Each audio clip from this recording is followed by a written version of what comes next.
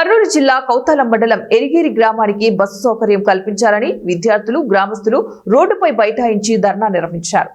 దీంతో కిలోమీటర్ల మేర వాహనాలు నిలిచిపోయి బస్సు సౌకర్యం కల్పిస్తామని ఆర్టీసీ డిఎం వచ్చి హామీ ఇచ్చే వరకు ధర్నాని విరమించేదే లేదని భీష్మించు కూర్చోవడంతో కిలోమీటర్ల మేర వాహనాలు నిలిచిపోయాయి.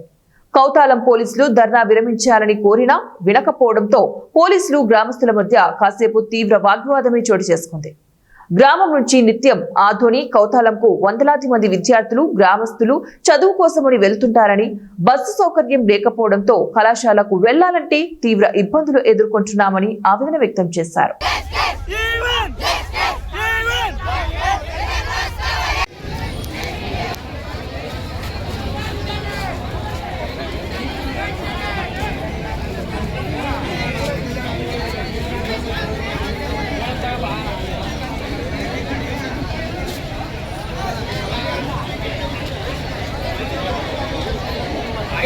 चक्को 100 डब्बा 1 चक्को 100 डब्बा